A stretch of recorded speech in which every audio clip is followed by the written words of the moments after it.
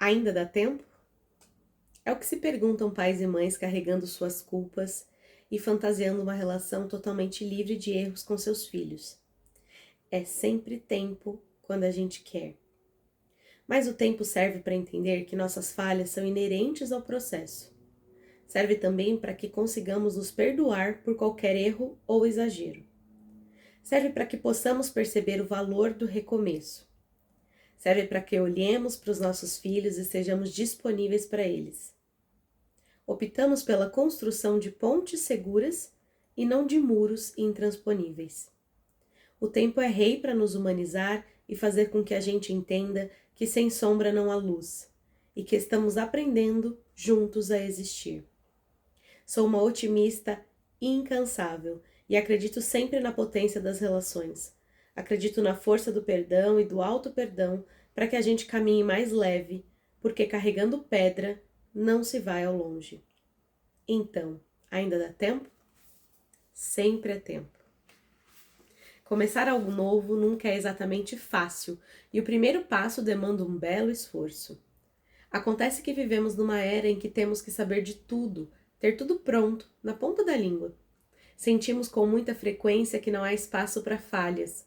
Estamos focados no resultado e isso nos faz agir como se o processo tivesse perdido a importância ou como se a gente já nascesse com a sabedoria do mundo. E por que acreditamos nessa verdade não tão absoluta assim? A maneira como lidamos com nossos erros ou com os processos de aprendizagem, via de regra, estão intimamente ligados com a infância. Como é possível aceitar a falha se no passado ela te levava direto para um castigo? Se nos pesadelos infantis o erro colocava em risco o amor dos seus pais? Se no passado o erro representava castigar, errar na vida adulta se torna um ato de rebeldia, que ninguém sabe muito bem quais serão as consequências. Ou seja, é melhor não arriscar e se manter na zona de conforto. Com a chegada dos filhos, a falta de certezas se cobre com a fantasia de que nossas memórias pessoais e sociais serão suficientes na hora de lidar com os desafios e, diante de qualquer insegurança que apareça, buscamos manuais com respostas rápidas para perguntas difíceis. Em alguns casos, adotamos a intuição, que é sim uma parte importante no processo de cuidar.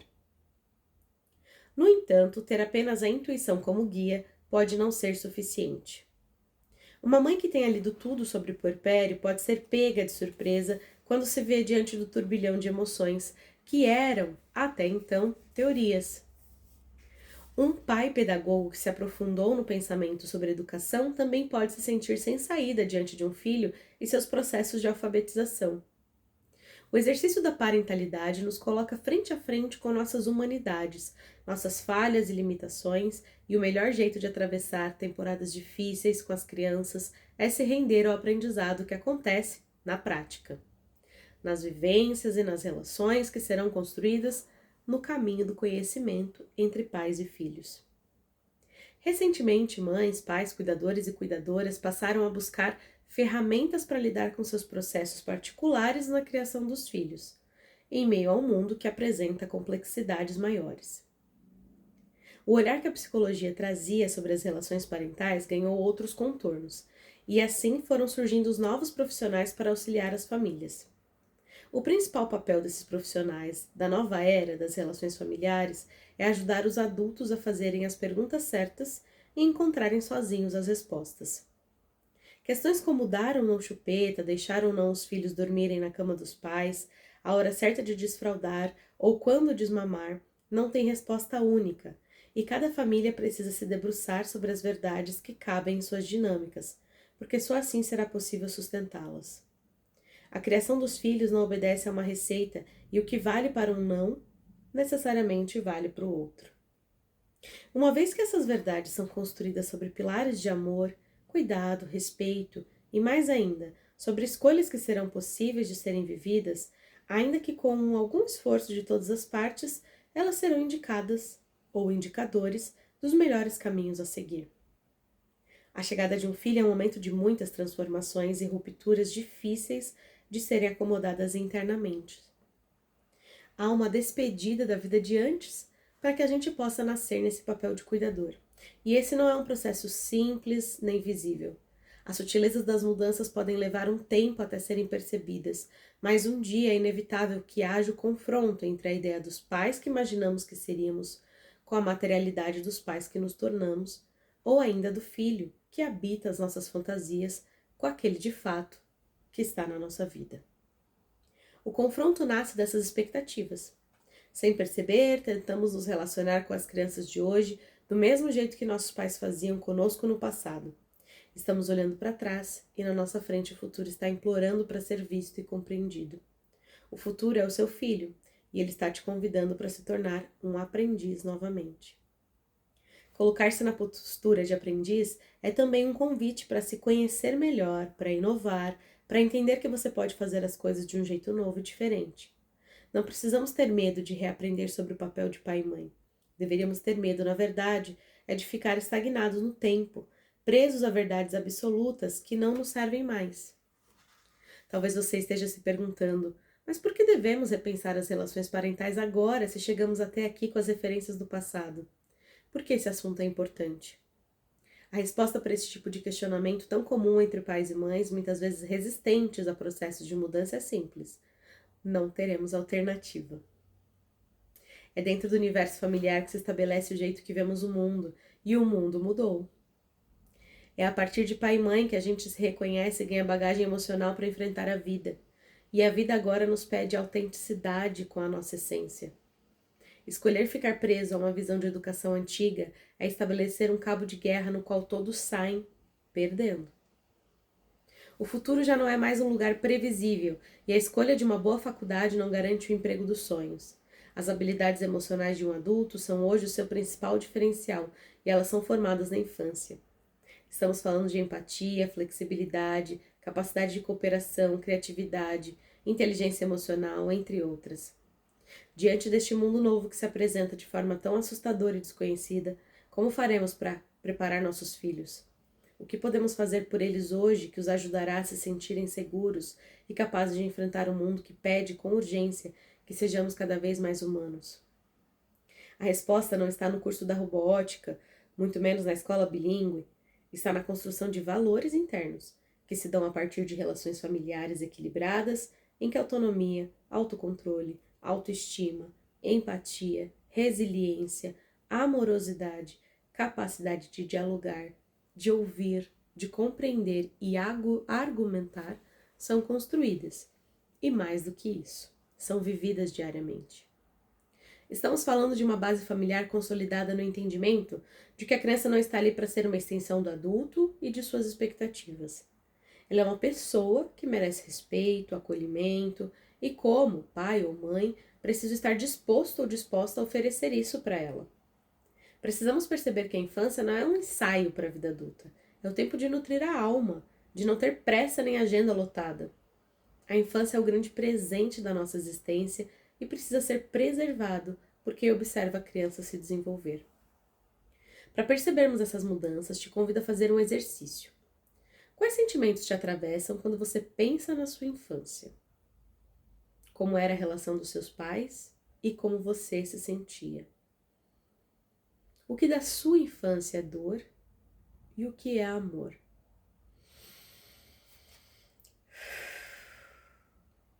Não restrinja suas respostas e pensamentos a emoções simples. Vá fundo nesse recorte de tempo e perceba no seu corpo as sensações de voltar àquela casa, de retornar para aquela dinâmica. Busque o que não era visto nem percebido, mas que você sentia com toda a força.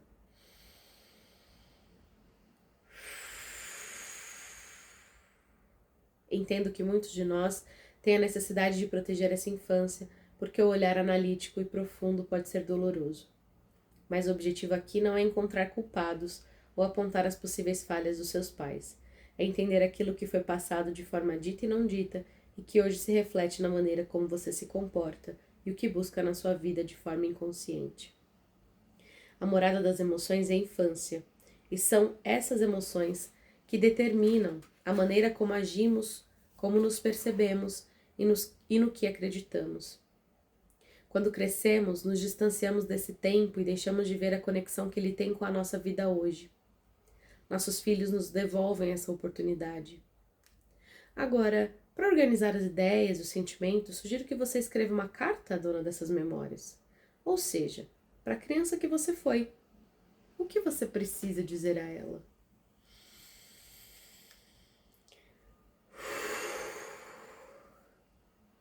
Ao fazer isso, observe o quanto da sua infância você tem projetado no seu filho.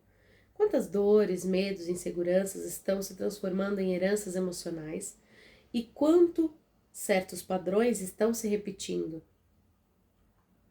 Evitar esse repasse de emoções exige dedicação, porque os gatilhos da infância que acionam essas memórias são extremamente fáceis de serem apertados. Um choro mais alto do seu filho e lá está você, com toda a sua raiva, porque derramar lágrimas de frustração nunca foi autorizado na sua família. A escolha por uma vida mais consciente e emocionalmente inteira nos dá a opção de cuidarmos melhor das relações com os nossos filhos e filhas.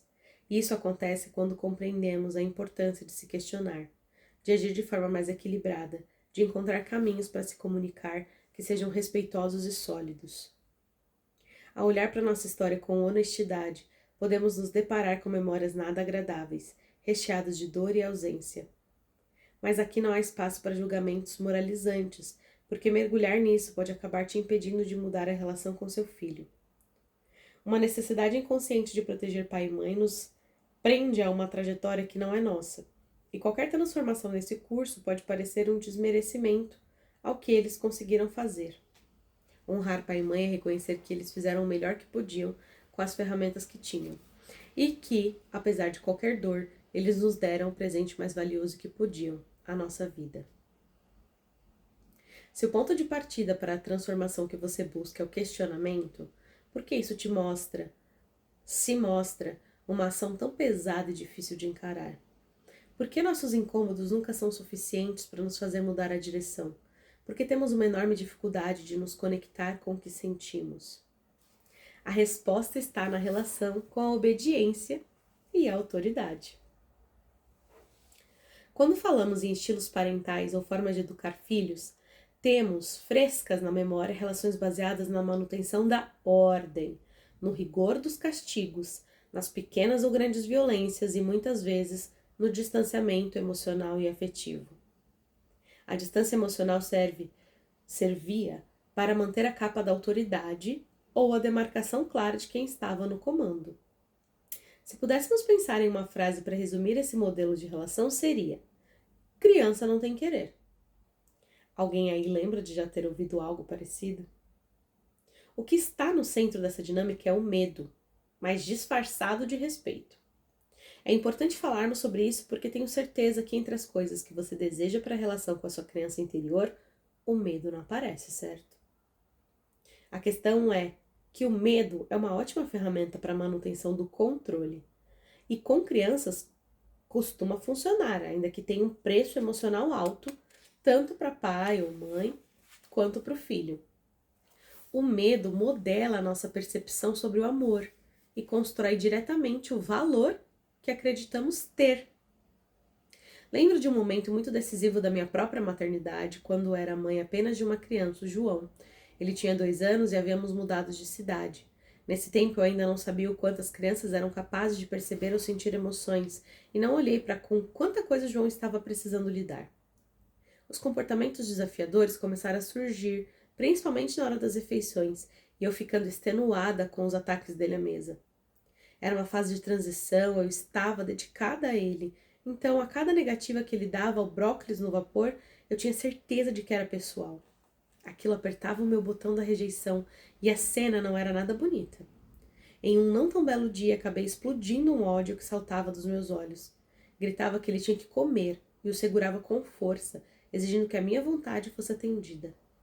Essa fúria, lançada contra uma criança de apenas 2 anos, fez com que ela me olhasse com pavor. Quando me lembro de tudo isso, ainda sinto meu estômago embrulhar. Aquela era a minha pior versão, e eu estava mostrando assim o menor constrangimento para o meu bebê. Quando percebi o que estava acontecendo, larguei o braço do João e chorei de soluçar. Abracei meu filho e naquele momento tomei a melhor decisão da minha vida. Me comprometi comigo mesma a não permitir que esse medo se instalasse entre nós.